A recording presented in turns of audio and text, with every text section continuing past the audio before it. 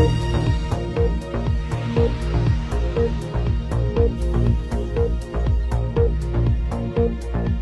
بەڕێز و خۆشەویست و ئامادەبووان ئەندامانی ڕێکخراوی داکۆک بە ناوی ڕێکخراوی داکۆکەوە بە خێراتنی هەموو لایەکتان دەکەین لایەکیەوە هاتبوون سوپاستان دەکەین سوپاسی ئامادەبوونتان دەکەین ئەمڕۆ ڕێکخراوی داکۆک ئەنجومەنی کاردیف هەستین هەڵدەستین بە خۆپیشاندانێکی هێمنانە و مەدەنیانە بۆ پاڵپشتیکردن لە مامۆستایان و فەرمانبەرانی ناڕازی کە لەژێر حکمی داپڵۆسێنەری یەکێتی و پارتی و حکوومەتی عێراقی کە کردویانە بە یاریەکی سیاسی بۆ زیاتر ئەشکەنجەدان و داپڵۆسینی ئازادی خوازان و نانبڕینیان و ڕاگرتنی موچەکانیان بۆ ئەم مەبەستەیش ئێمە هەستین بە خۆپیشاندان هەڵدەستین بە خۆپیشاندانێک بۆ پاڵپشتیکردنی براو خوشەکانمان لە کوردستانی عێراق. ڕێزان ئازادی خوازان و داگۆکی کارانی چینی چەوساوە و مامۆستایانی سەربەرز و موچەخۆرانی بە هەڵوێست سڵاوی خوای گەورەتان لێبێ. خوشک و براکانمان لە دەرەوەی سنوورەکانی نیشتیمان و ڕاکردووی دەستی زوڵم و ستەم و ئەم دەسەڵاتە و گەیشتن بە کەناری ئارام بەڵام ناسۆر و خەم و هاوار و ستەم دیدەی ئێوەیان لەبیر نەکردووە. لەم ڕۆژە سەخت و دژوارانەدا شان بەشانی ئێوەی هاوخەمی هاوخاوەنی ڕاستەقینەی نیشتیمان پشتیوانی و هاوسۆزی و هاوخەباتیتان بۆ دووبات ئەەکەینەوە. بەڕێزان ئێمە وەک ڕێکخراوی داکۆک لە وڵاتی بەریتانیا بەردەوام وەک چاودێرێکی جددی ڕەوشی مافی مرۆڤ لە هەرێمی کوردستان و دەنگێکی بیسترا و بە هەموو توانەمانەوە پاڵپشتین بۆ هەموو ئەو مافراوانەی کە کەوتونەتە بەر کەڵبە و تەڵە و داوی دەسەڵاتدارە چاوچنۆک و بنەماڵە و خێزانە سیاسیە هەڵتۆقی و خەمسارد و نەخوێندەوارەکانەوە وەک غەنیمەی شەڕ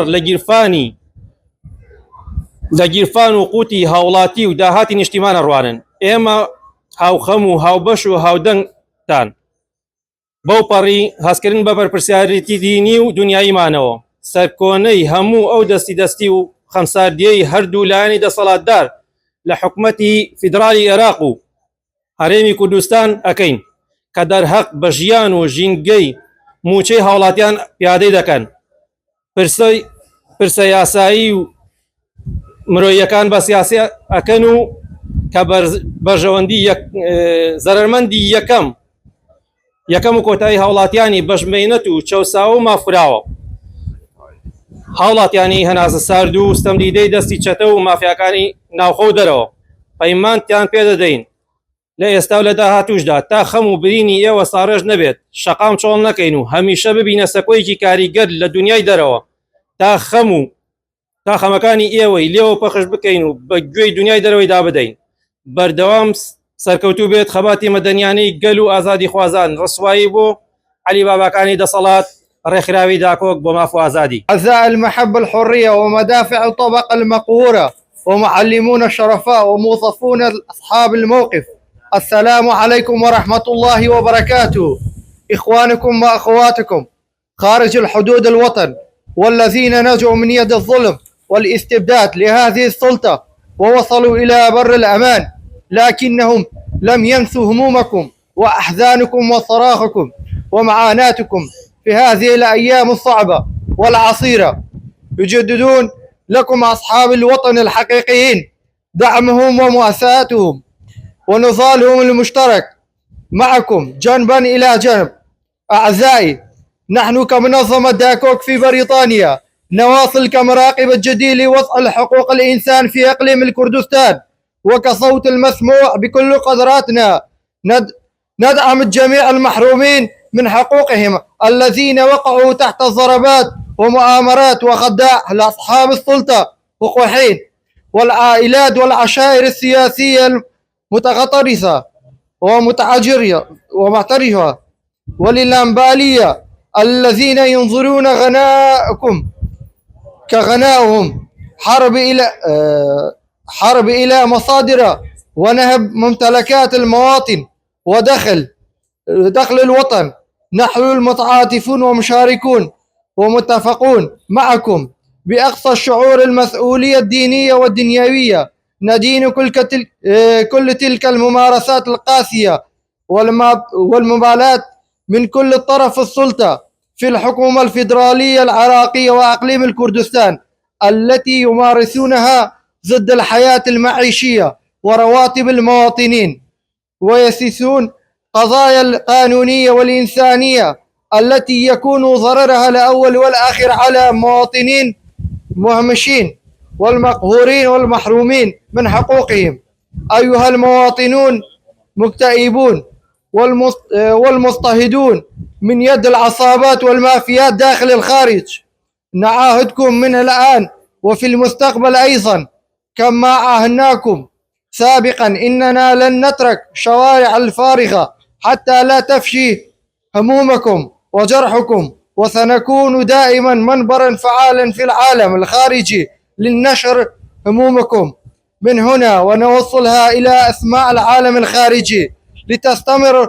تنتصر نضالات المدنية للشعب والمحب الحرية والعار لعلي بابا سلطة منظمة داكوك للحقوق والحرية. To the honorable freedom seekers, brave protesters, esteemed teachers, and all dignified and principled civil servants, greeting and respect to our brothers and sisters beyond the borders and the homeland, those who escaped the grasp and tyranny and oppression and sought peace elsewhere. Yet your pain, cries, and suffering have never left our minds. In these harsh and difficult days, we reaffirm our solidarity and support with you, the true and rightful owners of this land. Dear all, we, as the DACOG organization based in the United Kingdom, continue to seriously monitor the human rights situation in the Kurdistan region. We raise our voice with all our strength in support of those whose basic rights have been trampled by this oppressive authority.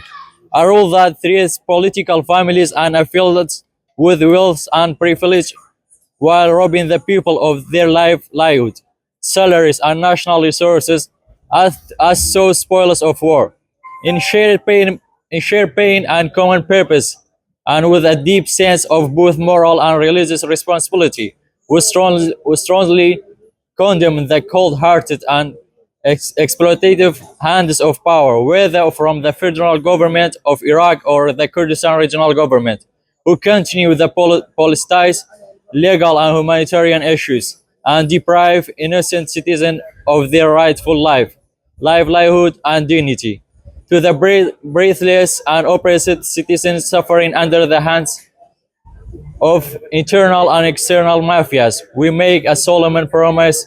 to you that no and in a future your sorrow will not go unrecognized. We will not allow the streets to go silent. We will always strive to be an active, effective echo of your pain in outside world, raising awareness and amplifying your voices globally.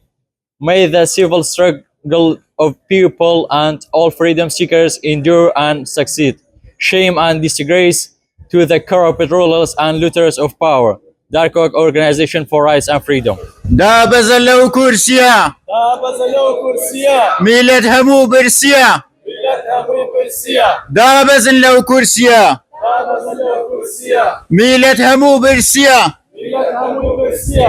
بارتي ومسرو برزاني تيك دري كردستاني بارتي ومسرو برزاني تيك دري كردستاني وڵاتانی مرۆڤ دۆست بۆ ڕێکخراوەکانی ماف و ئازادی ڕەوەندی کوردی لە دەرەوەی وڵات سڵاوی گەلێکی چەوساوە و مافوراوی بێدەوڵەتان لێبێت. بەڕێزان، وەک لە مێژە گوتراوە داری ئازادی بە خوێن ئاو نەدرێ قەت بەرناگرێ. لەژێر سێبەری ئەو دروشمەدا بۆ فەراهەمکردنی ئازادی و ژیانێکی شەرەفمەندانە گەلی کورد هەزاران لاوی کردە قوربانی چیا و دەشت و بەرد و شاخەکانی ئەم نیشتیمانە بە خوێنی شەهیدەکان نەخشێنرا و شاهێدی ئەو ڕاستیان. بەڵام ئەفسوس لە دوای ڕاپەڕین و خۆبەڕێوەبەری کوردی تا ئەم سادە ساڵ لە دوای ساڵ گرفت و قەیران و نەهامەتی بۆ ئەم گەلە دروست دەکرێت و لەلایەن کۆمەڵێک نابەرپرسی خێڵ و بنەماڵە و بازرگانی سیاسی چاوچنۆک و کۆمەڵێک دوکانی سیاسی بوونەتە بار بەسەر میلەتەوە. ئەمانە کارێکیان کرد خەڵکیان نوقمی نەهامەتی کرد و گەنجەکانیان تەواو بێهیوا کرد لە ژیان و ناچاریان کردن وڵات بەجێ بهێڵن و بەرەو داهاتوێکی نادیار کۆچ بکەن و لە ڕێگەی مەرگدا چەندین گەنجی خێر لە خۆنەدی و بوونە خۆراکی ماسی نێو دەریاکان. ئێمە وەک مامۆستایان و فەرمانبەران و سەرجەم چین و توێژەکان لە ساڵانی ڕابردوودا بۆ باشترکردنی بژێوی و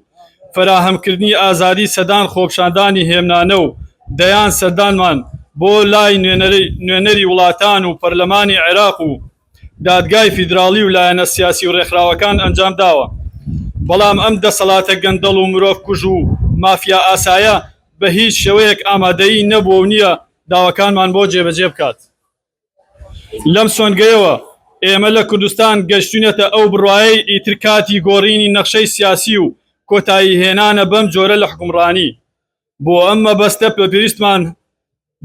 بەستە پێویستان بە هەماهەنگی و هاوکاری هەمووان هەیە تا پێکەوە بتوانین هیوایەک بۆ ژیانێکی شایستە بگێڕینەوە بۆ هاونیشتیمانیان. لە کۆتاییدا سوپاسی بێپایانی هەموو ڕەوەندی کوردی و بە تایبەت ڕێکخراوی داکۆک دەکەین لە دەرەوەی وڵات کە هەمیشە و بێماندوو بوون خەبات دەکەن بۆ ئازادی و ژیانێکی شکۆمەندانە. 30 ساڵە کورد لە مەینەتدایە، حاڵی پەرێشان لە ئازاردایە، بەدەست و چەتەی دوو بنە ماڵا، بێخەم دانیشتون وا لە ماڵەوە، زۆری قەیران و نەدانی موچە تا سەروا نامێنێ خەیاڵیان پوچە، نەماوە باسی موچە بەجارێ، هەر کەس قسە بکە سڕ ئەکرێتاوێ، بە دوو مانگ جارێک موچەیەک ئەدەن، کێ ناڕازی بێ زووتەی هەڵەدەن، مامۆستای داما و خۆی هیلاک ئەکا لەگەڵ فەرمانبەر بێسوود کارەکە، بە تەنکەرنەوت دەڕوا بۆ دەرێ، داهاتی بوونە و لێرە یا لەوێ، بۆت نییە باسی گەندەڵی بکەی، هەرچی ببینی ئەبێ سەیریکەی، نوقەت دێوە بێ دنیا نابینی، ئەکەویە چاڵ و مەرگ ئەبینی، ئێستاش پەرۆشی حاڵی ئەوانم، من بەجەستا لێرە و بەدڵ لەوانم، خاکم سەرتاپای غەرقی گێژاوە، چونکە لە خەمی کەم کەسێ ماوە، وەک جاران نەما خۆشی و ئاوەدانی، هێنایان لە گشت لە قاتی و گرانی، بۆیە دەمێکە خاکم جێهێڵاوە، نەمبینی خۆشی لە کام هیچ کام لاوە، چاکیان داوەتە لانی بێعاری، هەم لە ناڵ دەدەن هەم لە بزماری، خەڵکی ساکاریان گەلێ بە شەڕدا، لە مێژە گورگن لە پێستی مەردا، لە هەر وڵاتێک حیزب و مزبی تێکەوێ، هەرچی دەستی بوو بەشی خۆی دەوێ، لە کۆتاییشدا ئەوەی بمدوێنێ، ئەڵێم داری زۆرداری تا سەر نامێنێ. ئەوڕۆ لێرە کۆبوونێتەوە دووبارە و سێبارە بۆی دانەکردنی یەکێکی تر لە کارە خراپەکان هەردوو نەماڵە، ئەویش نەدان و دەست بە سەرداگرتنی موچە و قوتی هاوڵاتیانە و فەرمانبەرانە، ئەوەش دوای چی؟ دوای 34 ساڵ لە حکومڕانیەکی شکست خوارد و ناتوانن موچەی دار و دەستەکانی خۆیان بدەن، دەستیان کردەوە برسیکردنی خەڵکی، هەروەها دەستگیرکردنی چالاکوانان و ڕۆژنامەنووسان و کەسانی ئازادی خواست. لە کۆتاییدا پێتان دەڵێم ئەم ڕەفتارەتان کاری خراپی بەدووادا دێت، تکایە ئەگەر ناتوان وڵات بەڕێوە بەرن لەسەر کورسێ وەرنە خوارەوە، لێگەڕن کەسی شاو بۆ شوێنی شاو. ڕێکخراوی داکۆک لێرەدا کۆبوونێتەوە دژی حکوومەتی هەرێمی کوردستان و بە نەدانی موچەکانی بە فەرمانبەران و هەروەها لەگەڵ حکوومەتی عراقی دایمە کێشەیانە و ئەمەش بۆتەوەی بڕینی موچەی قوتی خەڵک لە هەرێمی کوردستان و کە لە حاڵەتێکی زۆر خراپدان ئێستا، بۆیە ئەمڕۆ لێرە کۆبوونێتەوە بۆ پاڵپشتی لە هاوڵاتیانی هەرێمی کوردستان. میلەت برسیە بۆنان، سەری ڕەش و دەباشان، میلەت برسیە بۆنان، هەر بە چەپڵە و بەفیکە،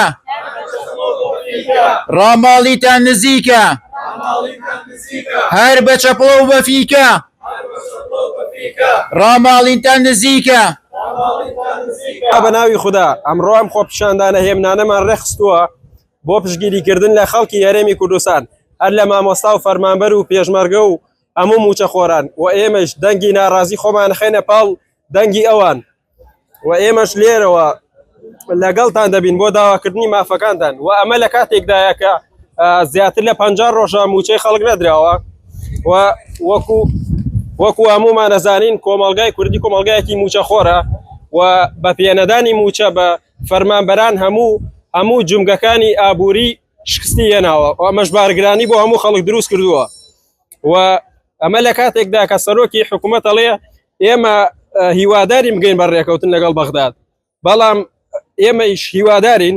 کەواتەی جیاوازیەک نییە لە نێوان دەسەڵاتداران و ئێمە، بۆیە ئێمە هیوادارین واز لە دەسەڵات بێن و بچنە خوارەوە، بۆ ئەوەی کەسانێکی تر بتوانن بەڕێوەی بەرن. خۆ پیاوتانم نەکوشتووە خوێنی کەسم نەڕشتووە کێ ژەهری لە من چەشتووە کام بز لە خاکم فرۆشتووە بۆ لە زیندامم بۆ دەستم بە خوێنی کێ سوورە قاچاقچیم لە کام سنوورە بە کام دزی و کام تاڵانی کێ بەدەستمەوە ناڵانی بۆ لە زیندامم بۆ بە کام تاوان کام جاسووسی کام لە بێگانە پەرستی کام لە مێژوو لەسەر من نووسی لە سەردەستی من نشستی. تا سڵاو بە خێراتنی هەموو ئەندامان و چالاکوانانی ڕێکخراوی داکۆک و هەموو چین و توێژەکانەکەم بۆ ئێرە ئەمڕۆ 26/6/2025 لە شاری کاردیف هەستاوین بە خۆپیشاندانێکی ئێمنانە دژی دەسەڵاتی حکوومەتی هەرێمی کوردستان و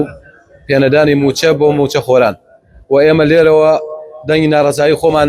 ئەگەینە هەموو ئەوروپا و هەموو وڵاتانی جیهانان و بەتایبەت بەریتانیای گەورە پشگیری مامۆستایانی پشگیری بۆ مامۆستایان دەرەبڕین. ئێمە چی حکوومەتی چی کوانێ یاساکوا سەروەری لە سای دوو بنە ماڵەدا خۆزیەکانمان هەموو وەری موچە و قوت و بژێوی کەوتۆتە دەستی ڕێوی مامۆستایانی سەردەم هەر سەربەرز بن هەموو دەم حکوومەتەکەی بارزانی دوژمنی ئاوەدانی سەری ڕەش و دەباشان خەڵکیان کردووە ماڵوێران ئەی میلەتی بەشخوراو لێیان هەڵسن بە پرتاو داکۆک دژی گەندەڵە سەرۆک پوچە و بوودەڵە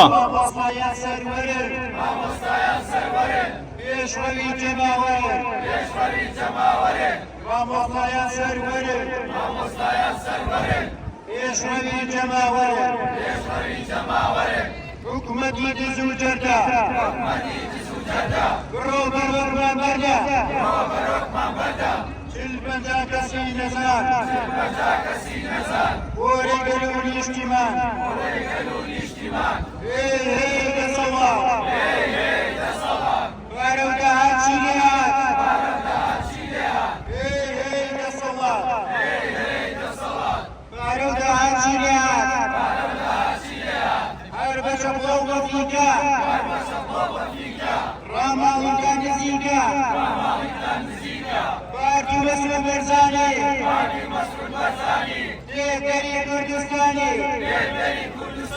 پارتی مەسرود بەرزانی دێگەری کوردستانی